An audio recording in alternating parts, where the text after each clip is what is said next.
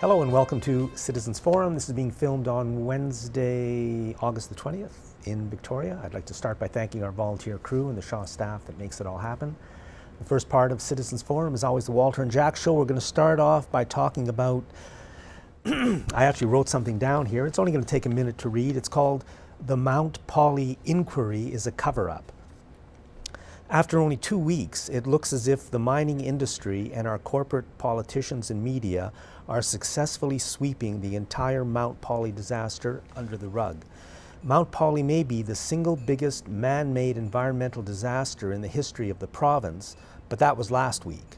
As of August 19th, yesterday, the problem seems to have been contained. The government has put in place an independent inquiry. The province's corporate-owned media are moving on to new stories, and the opposition NDP will barely say the word environment. Everyone is just worried about restoring public confidence in the mining industry so they can do it to us again. But the real problems are just beginning.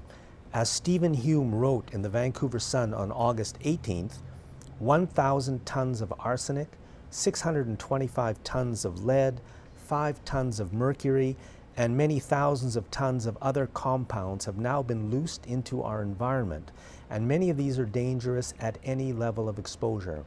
And the independent inquiry set up by this government will not even look at the environmental disaster.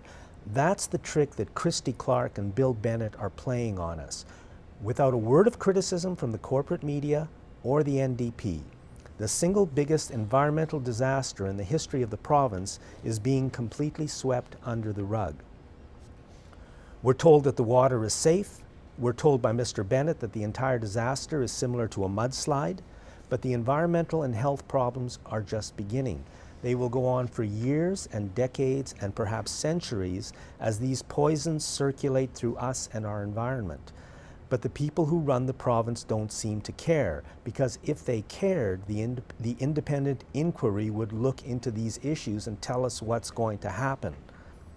The only thing that can stop our corporate rulers is a public outcry, but there's little chance that will happen because the media and the opposition NDP will not lead us, but will, as usual, just betray us.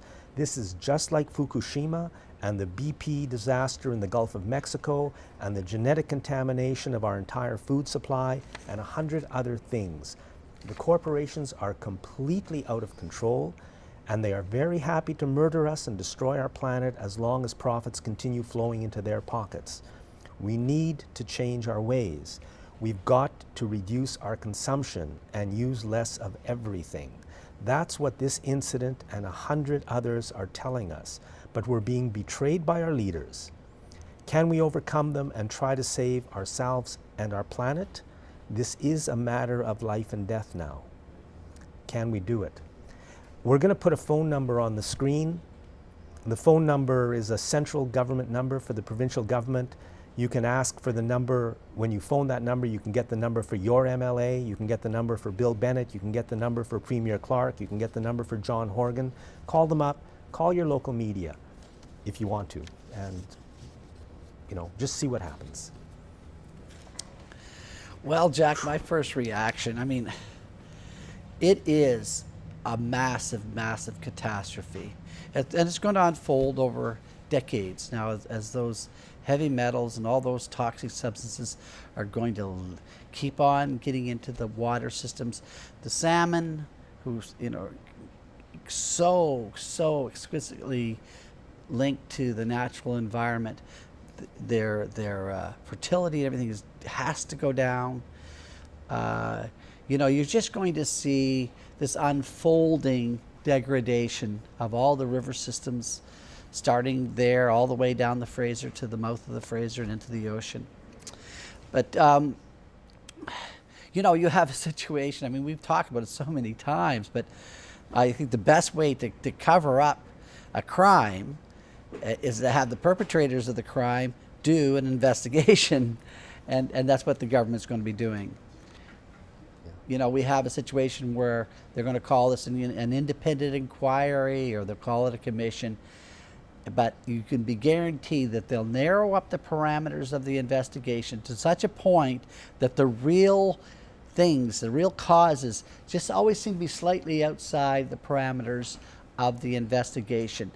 I guarantee you, Jack, nobody's going to jail, nobody's going to get fined, nobody's going to lose any money, except for, of course, the taxpayers. And we're supposed to be just happy with that. And the other part of my feeling is that, especially with cover-ups, I mean, the NDP are not going to call this a cover-up.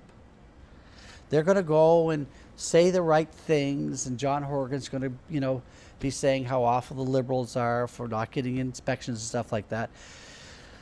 They're not going to offer anything any better, really, at the end of the day. And the NDP are the masters of cover-ups. So, what are we going to get from that crowd? We're really not going to get to the bottom of this. And as you say, without a huge outcry from the general public, we're never going to get to the bottom of the situation. Yeah, I don't know what people can do. I mean, phone your government member, not that they care. Phone your media, not that they care. I mean, we've got to come up with some ideas for how to move this ahead.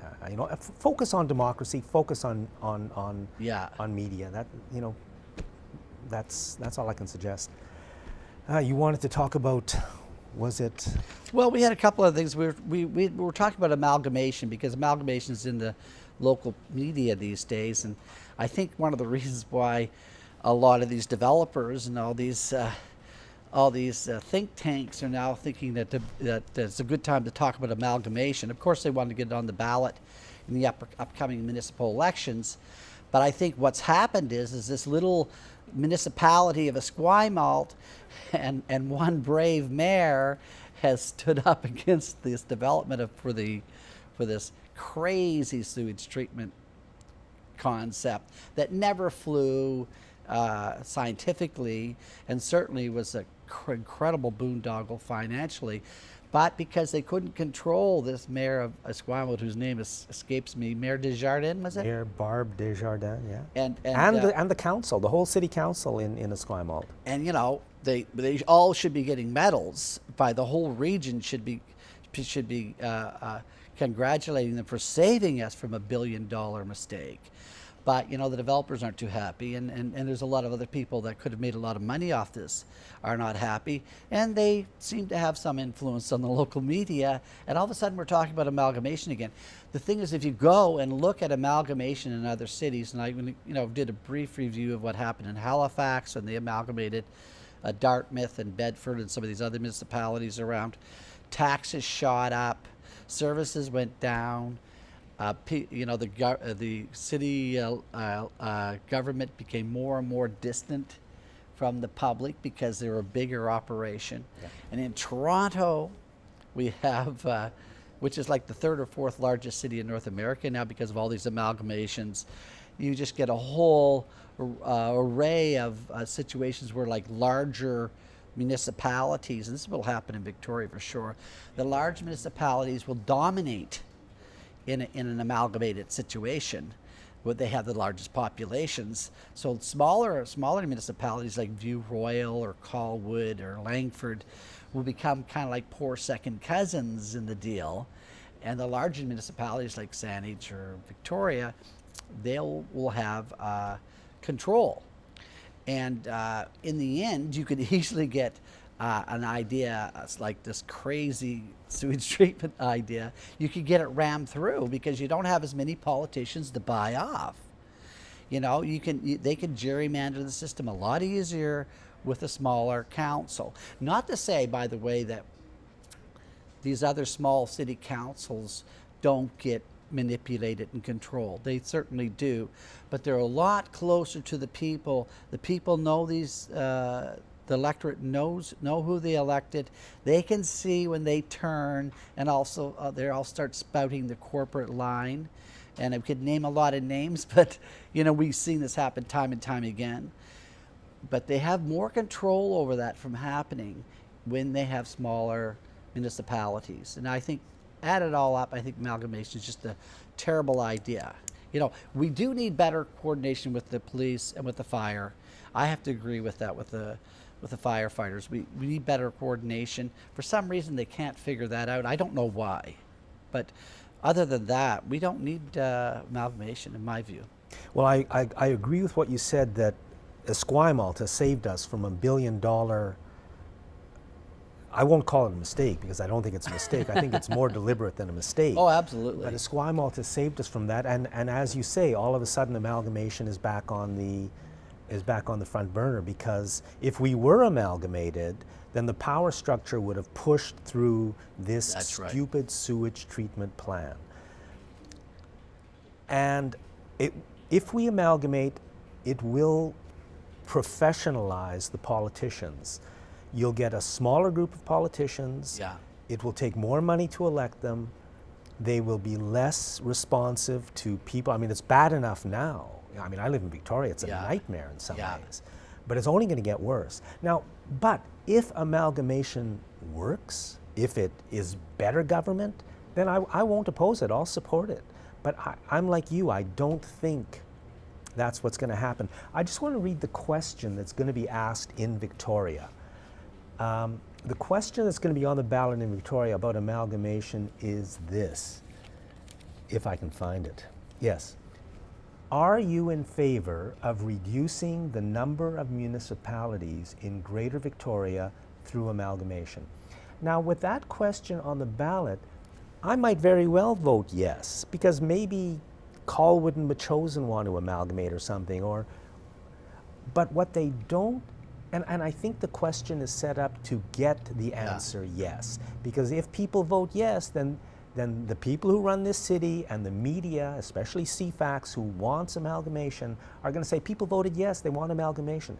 But they're not asking the question. I live in Victoria. I want the question to be, do you want Victoria to amalgamate with another municipality? And to that, right now, I'd vote no. But to this question, I might very well vote yes. The question was put forward by Marianne Alto. I think it's unanimously accepted by the City Council, and I think they should really look at changing the question or adding the second question, do you want Victoria to amalgamate? Because that way you get a more honest response. You know, it makes so much sense, Jack. How about this? Do you want a sewage treatment plant, this treatment plant as being proposed? You know, when you're talking about around $1 billion, and I mean, what's the population? About 350,000 people in this region. You know what that means for taxation per household? It's like probably $500 a year, forever, for something we don't need. And they spent $65 million, by the way, already. How much does it cost for the ink to put it on a ballot and ask people? This to me goes right to the heart of how undemocratic the system is. The CRD is a terrible organization, Jack, when you look at the democracy issues. Nobody gets elected to the CRD. It's always the mayor's buddies and friends that get sent off to the CRD. What kind of a system is that? Well, you see what it is, because this is what we got back. One of the biggest rip-offs that ever been perpetrated on the public, and they almost got away with it. And there's a chance they still might get away with it. I mean, the sewage treatment thing. The sewage yes. treatment thing. And that's what we got from the system that they think is so wonderful. And really, you know, the way to get around some of these issues is that when you get up to a certain dollar figure, it has to go to referendum. Ask the public, why not? And then sell it to the public. If it's a good idea, well, maybe we'll vote for it. But right now, they try to weasel it around us, throw it into the CRD, then hire this independent body that's supposed to, you know, now take it over, that's totally inaccessible. I mean, this is what you hear about in Soviet Union or someplace. You know, it's totally undemocratic and unfair. Hopefully it'll all just go away. I hope it does. Yeah, you know, and that's maybe the most important point. How do we make our system work better for us? And I don't really know what the answers are. I mean, but I think that's the question we should all start to focus on at least a little bit. How do we make it work better for us? Yeah, and you know, they're always saying you can't afford to have these questions on ballots and stuff. That is so ridiculous. I mean, it doesn't cost, it's just the ink on the paper. You know, you have to administrate it or something, but we need more input into these very large projects. It's the only way we can keep them from happening.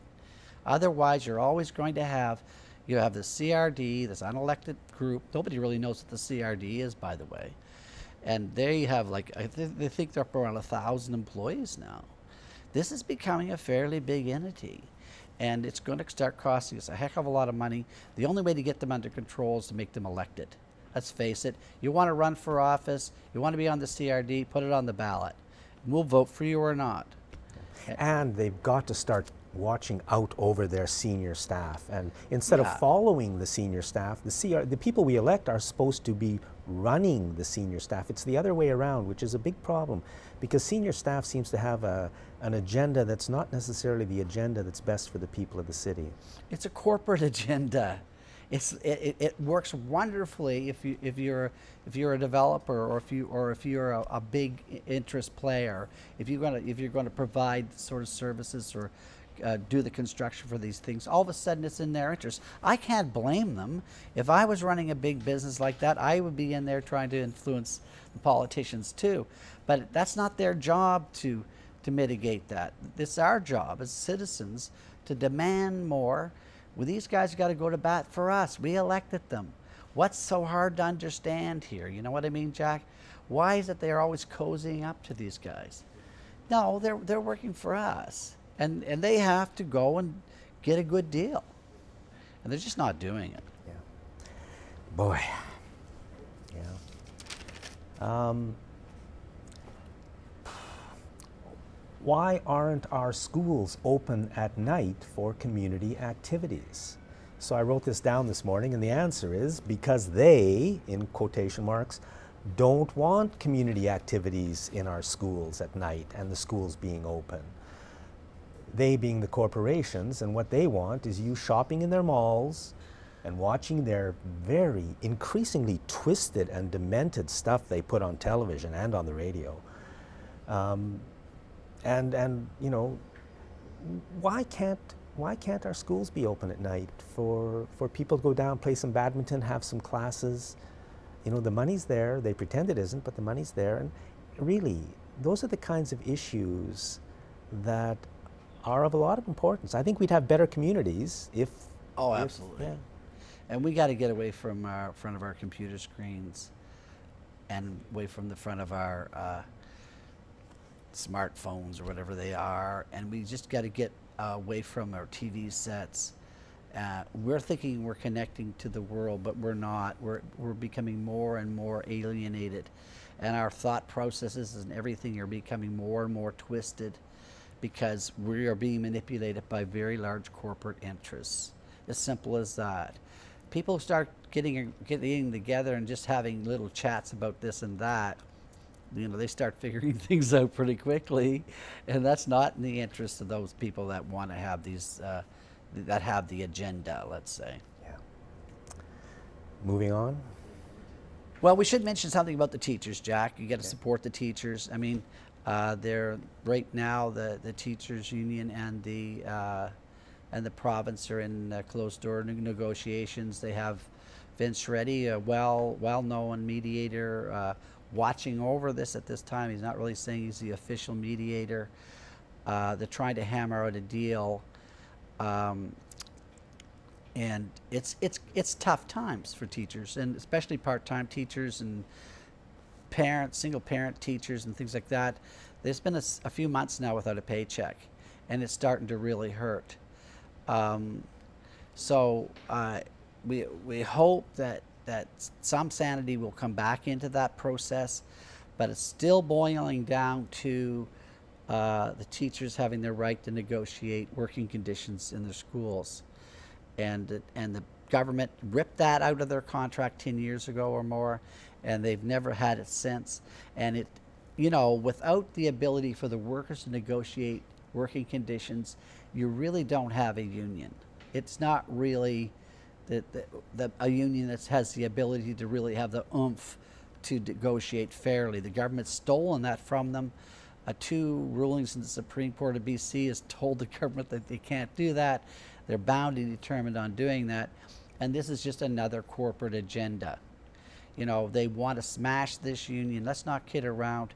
It's one of the last bastions of free thought and one of the best brain banks in the province is this teachers union, the finest people that in the province. They're taking care of our kids. They deserve to be treated a lot better. And let's just hope that the government perhaps might be coming around to that and realizing that they have to give them the right to negotiate working conditions, which they don't have right now. Well, I mean, myself, I kind of think the underlying theme here is an attack on public education. Yeah. I think that's the government's agenda. It's the corporate agenda, and Yeah. the corporations tell it to the government. I think. I mean, maybe I'm wrong, but you see over the years. I mean, there were libraries don't have librarians. There was a story 6 months ago in the Vancouver Sun about Vancouver was looking at closing down a big chunk of their elementary school music programs, I think, because they couldn't afford them anymore. They found another way to chop money out. Meanwhile, and this is being done in order to pay for tax cuts for the big banks and the big oil companies and the logging companies and the mining companies. That's why public education is being cut back. I mean, if you want to talk about what kids are being taught in school, that's a whole nother story. And I think we can do a lot better there. School should be better, but let's make good public education a real priority. Let's have a public spotlight put on it and say, how can we make it better for everybody? Instead, we've got a government that keeps creating trouble, and we go on, and the media pretends it's a teacher's strike. Yeah. There's a lot more to be said there, but I think we should mention what's happening in the Gaza Strip right now, Jack. And I don't know if you've been reading very much about it, but recently I've read, where doctors are trying to get into the Gaza Strip to treat people who were terribly, terribly wounded by the last Israeli attack. And they're stopping doctors at the borders now and turning them away from going to treat these patients. Many of them are children. And by the way, they're not allowing to fly these children out of Gaza into other hospitals in the West to treat them. So this is like the worst part of the crime. And it's just simply a state-sanctioned atrocity against the people in the Gaza Strip, perpetrated by the Israeli government. There's no other way to look at this. And you really, at some point, we have to, as Canadians, really oppose this and not do this lip service. John Baird and Stephen Harper and those guys, they're an embarrassment. They're just like, I just shudder when I hear them talk. They don't represent Canadians and the values that we have. Those people are suffering over there, and they deserve to be protected. And it's just such a sad situation where you have the people in Israel feeling that somehow they have to support this terrible government. A lot of them were oppressed where they came from, and his history's always shown us, the oppressors always seem to be people who have been oppressed themselves. And it's a sad fact that many of these people have gone through hell themselves. They're trying to live some kind of a life in Israel, but they're just become oppressors again. It's just a sad situation. I agree, Walter. Thank you very much. And thanks for watching this segment of Citizens Forum. Welcome to segment 2 of Citizens Forum, being filmed on Wednesday, August the 20th in Victoria. Our guest in this segment is Vicky Chi, and Vicky is my Chinese medicine doctor. And I'm going to tell the same short story I told last time you were on the program. About almost 2 years ago, I had an accident when I was riding my bike. I injured my shoulder quite badly, so I came to you for treatment and herbal medicines, and my shoulder certainly got healed better than I had any expectation it would heal. But the amazing thing was that about 15 years ago I had an operation on my knee, and ever since that time I've been unable to run.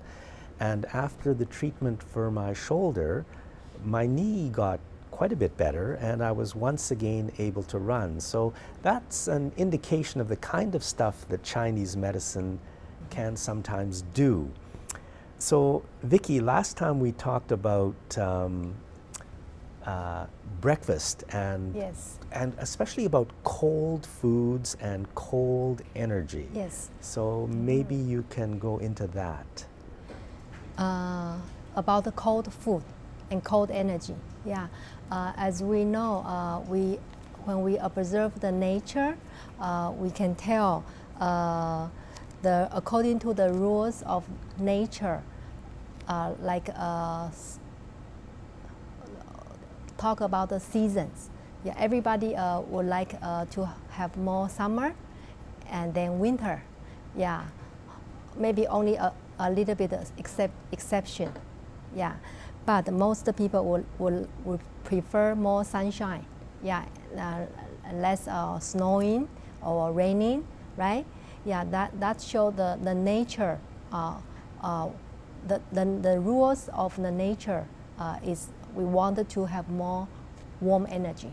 Yeah, and also we wanted to have more sunshine. Yeah, to help the body to work function better.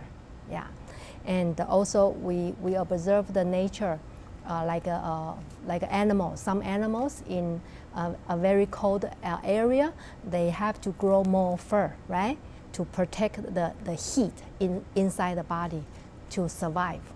Yeah, and that's how even animals they need more heat, keep more heat in the system, and that's why if we wanted to have a better health, we have to protect the system from all the cold energy get into your body. Yeah, I can make another example here. I have a daughter.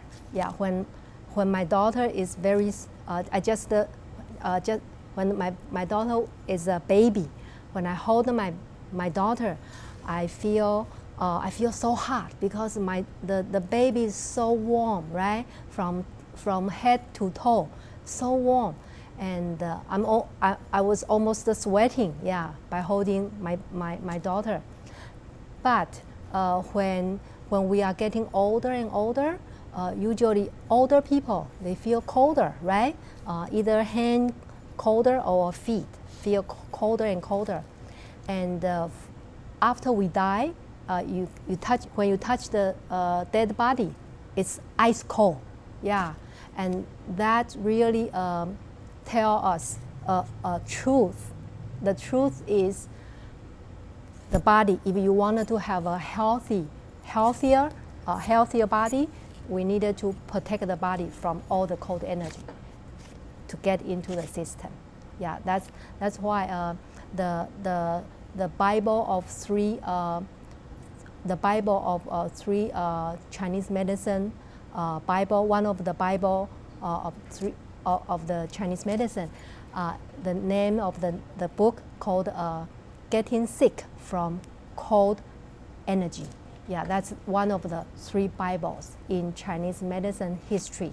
Yeah, that means 1,000 years ago, people already understand about how terrible if the system get cold.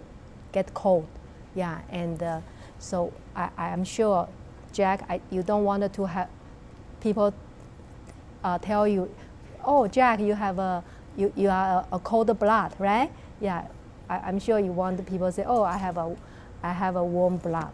I have warm blood. Yeah, right?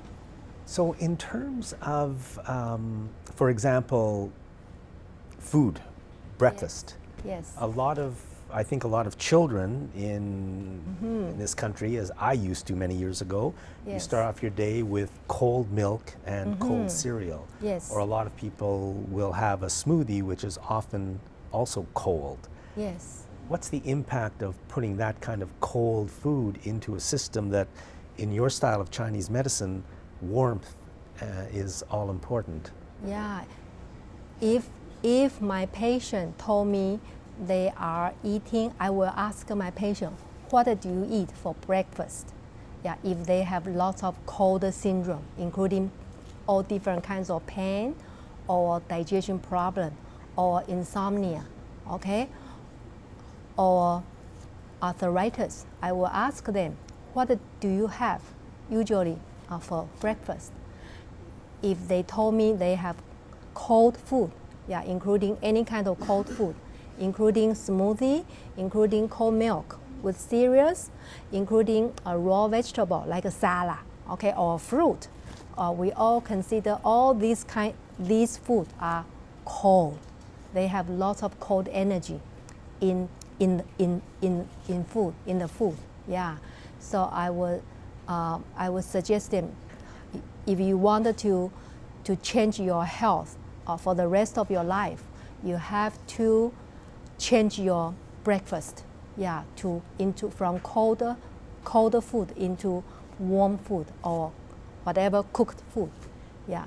Otherwise, your sunshine energy of the body won't work good, yeah, because in the morning, the sunshine energy of the body follow the big nature, so it has to rise up. Then you have great energy for the whole day. But if you drink or you eat cold food for breakfast, that means when the sunshine is there, okay, it's going to rise up, suddenly snowing or suddenly raining, or then you suppress your sunshine energy of the body to work for you. Yeah, and for long-term view, it's not good for the body at all. So when you go into the restaurant and they give you a glass of cold water, or you're going to have a cold beer, think about it, folks, because maybe warm may be better. Yes, I have one thing I would like to remind. I thought of fridge, you know. The more I learn Chinese medicine, the less food I put in the fridge. So right now, if you come to my home, in my fridge, okay, it's almost empty. Yeah, maybe only a little bit of dressing. Yeah, I don't eat any food directly from the fridge. I eat all cooked, warm food. Yeah, like in Asia country, like Indian, Japan, or China, Taiwan, or Korea. Yeah, usually on the dining table at the meal time, we all see all the steam. Yeah, lots of steam from the dishes. Yeah, if we don't see any steam, that means those food are cold. Yes, that's the culture, you know. Yeah, I don't know why in this North American, I noticed that people don't focus on temperature, but in Chinese medicine, actually, temperature decide your health, decide you are going to live or you are going to be sick at least. Be sick. And in your style of medicine, you use a lot of herbs, which when we take the herbs, one of the impacts they have is to warm up the body. And it's just the warming of the body that will then often solve the problem. Exactly, yeah. The more I learn Chinese medicine, the more I'm so surprised that the body just wanted to have something very warm all the time, okay? Yeah, and that's why in winter we put on more clothes, right? Because by naturally, we wanted to keep the body warm, yeah. So lots of people have problems with pain from, for example, headaches, arthritis, cramping, back problems, et cetera, et cetera. What's the connection between pain and cold energy? When I see anybody who has different kinds of pain, or all different kinds of pain, okay, including headache, arthritis, or neck pain, or lower back pain, yeah, or stomach pain, okay, or belly pain, yeah, or even chest pain, okay. When people has pain, okay, according to the theory of traditional Chinese medicine, that means cold energy has been there, okay, in the system for a long time, okay, and block the channel, yeah, and that cause cold energy in the channel cause pressure, okay, and the pressure cause pain, okay, so that's why I think cold energy has directly connect to pain problem, yeah. And when I talk about the channel, yeah, I would like to talk a little bit about the meridians. I'm sure a lot of people already go get acupuncture for many different kinds of problem, yeah. So why acupuncture has been so popular in all over the world, okay, for many years, and even more and more popular, and more and more people would like to get acupuncture for all different kinds of problems, including pain syndrome, okay? That is because actually when we talk about the connection of the body, meridians, yeah, meridians is a energy pathways through the body, okay? And meridians connect internal organs and external extremities. So when we see any pain on any part of the body, we will have to look at which meridians, the pain is on which meridians. One day a guy walked into my clinic and he complained he has pain all the time on the leg, on the arm right here, and I look at the line, yeah, where he has the pain. It's right on large intestine meridians, okay, right here, yeah. And then I told him, do you have any problem with your belly or your colon? And he said, yes, I have colitis, yeah, for many years, yeah, and really still bother him, yeah.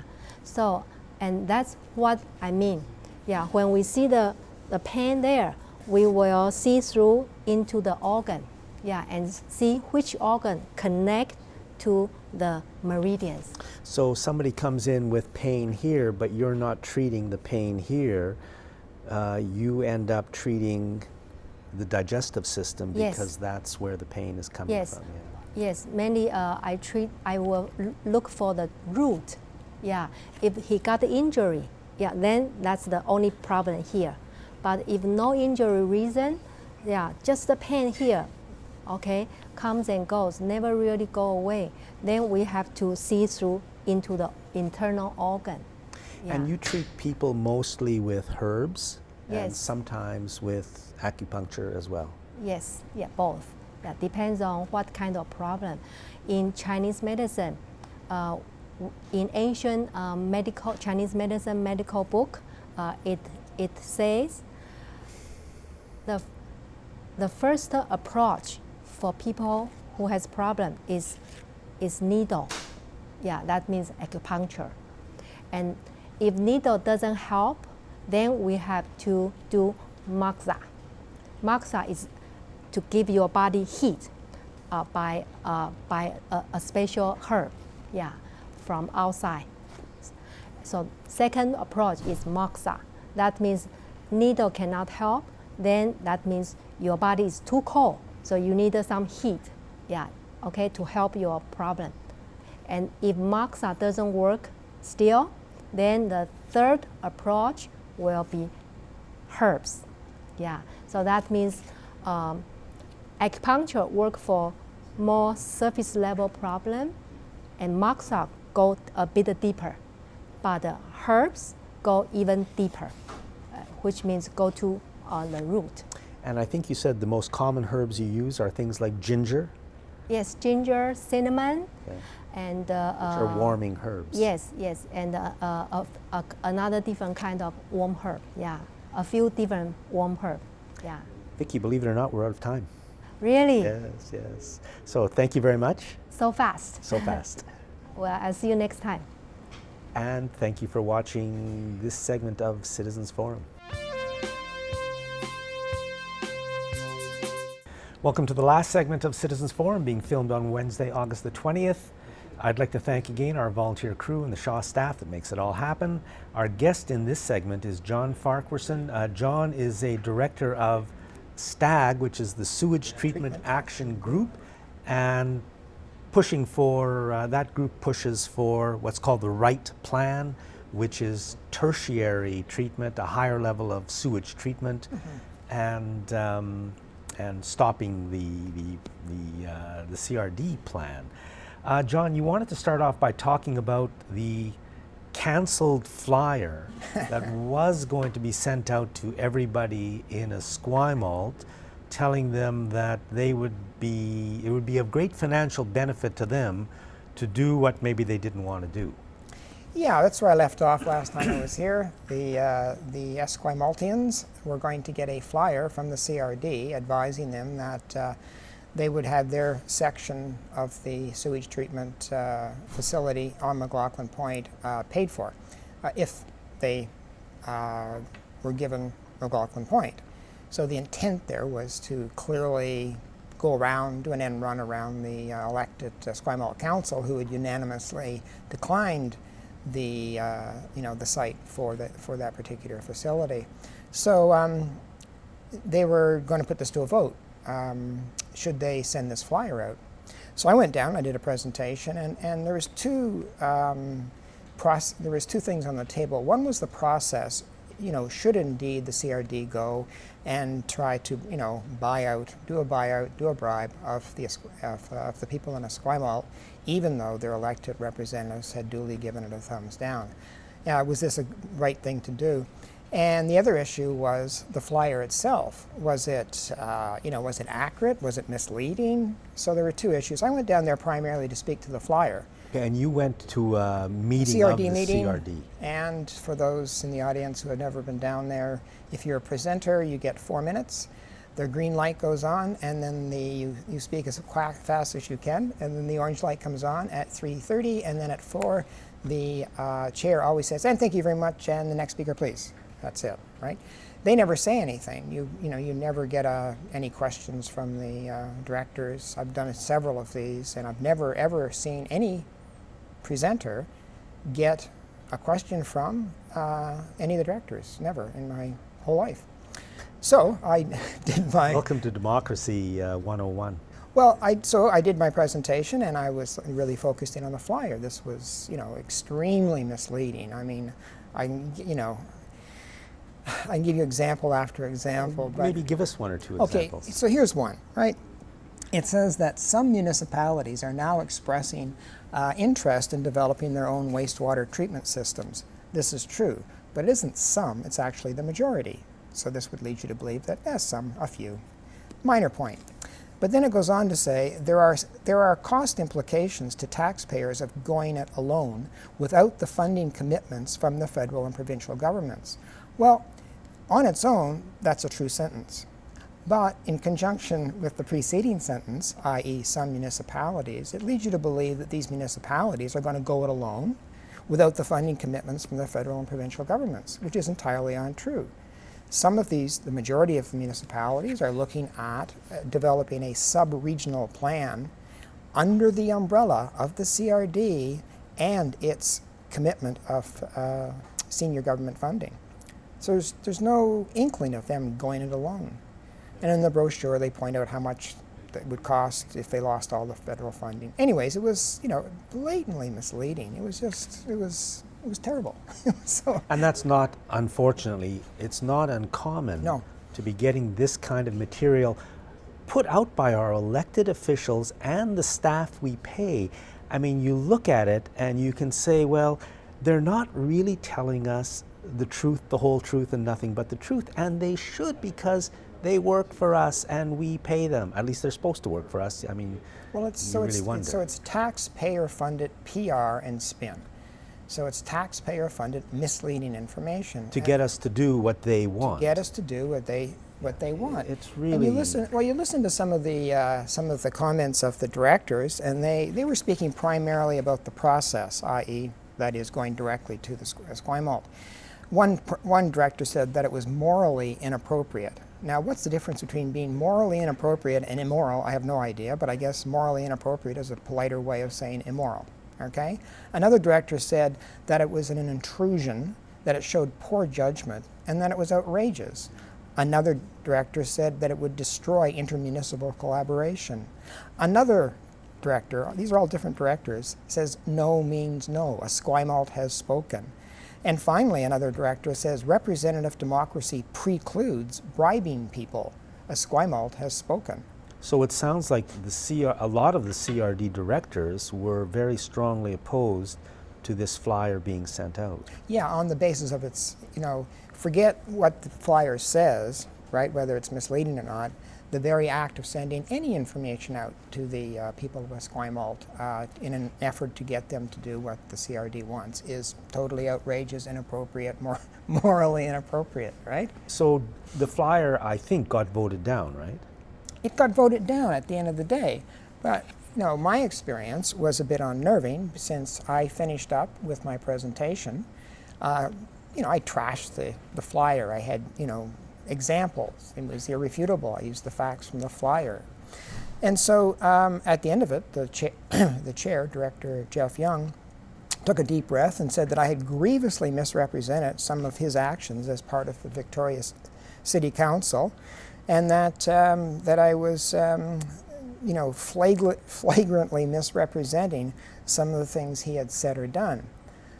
But he never told me, nor anybody else, and he never told me what I had done that was so flagrantly misrepresented. No mention of it. So it's a tad like Kafka. It's a tad being in a Kafka novel where you stand there saying you're accused of murder and you have no idea who it is that you supposedly murdered. And the trick is, you don't get a chance for a rebuttal, right? So, my issue there is that if you're going, it's one thing to say, well, thank you, Mr. Farquharson, but I disagree with you. Fair enough, right? But it's quite a different thing to accuse me of flagrant and or, grievous misrepresentation.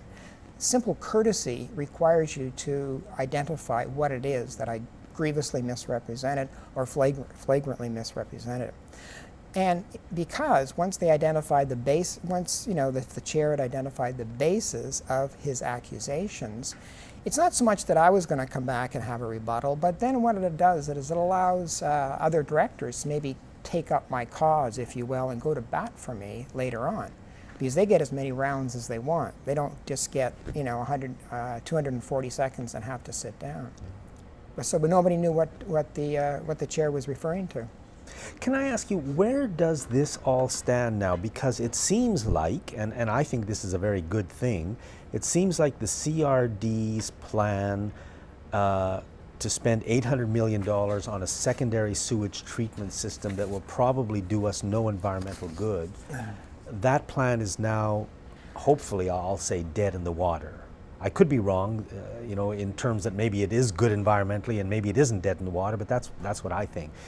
So it seems to be stopped right now. Oh, it's officially on hold. Okay. What's happening?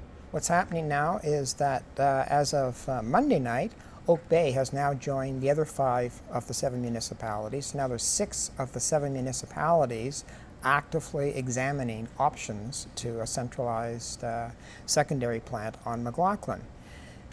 Some of them reluctantly, some of them more enthusiastically, but they're all doing it. They're all looking at the options because, as you say, this plan looks like it's dead. Therefore, you should get on with looking at options. So things are moving ahead. I think the plan that the municipalities are now looking at is to move to a tertiary treatment, a higher level of treatment.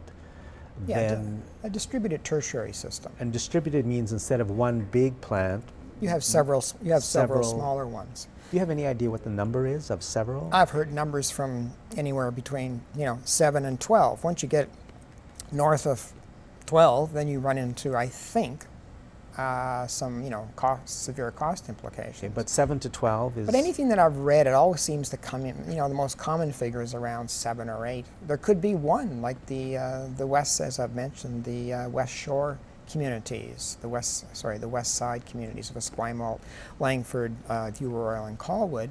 They've been meeting now for like 3 months, actively developing a plan to put before the province that would have a tertiary system consisting of how many plants? Don't know. Possibly 1, possibly 2, maybe more. Now, I've heard that these tertiary treatment systems could in the end be less expensive to build than the current CRD plan. Well, that's what's coming out of this West Side working group. They are, I shouldn't say convinced, but they're quite encouraged by what they've received so far in terms of information. They're quite encouraged that they can do it for less than what it would have cost them through a centralized system, and they can do tertiary, which provides, as you've pointed out, a much higher level of environmental treatment for the wastewater going back into the marine environment. So that's encouraging. But I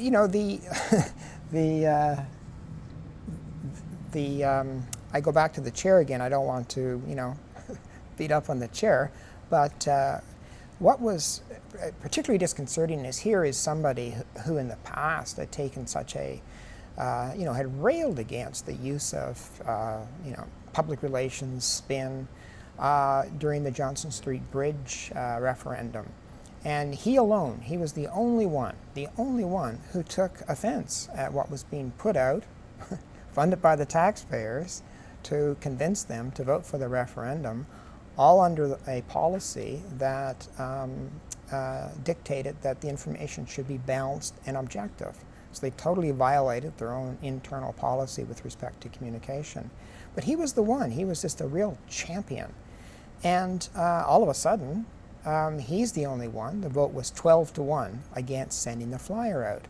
And Chair Young said that he pointed out that normally he's opposed to this sort of thing. He has been in the past.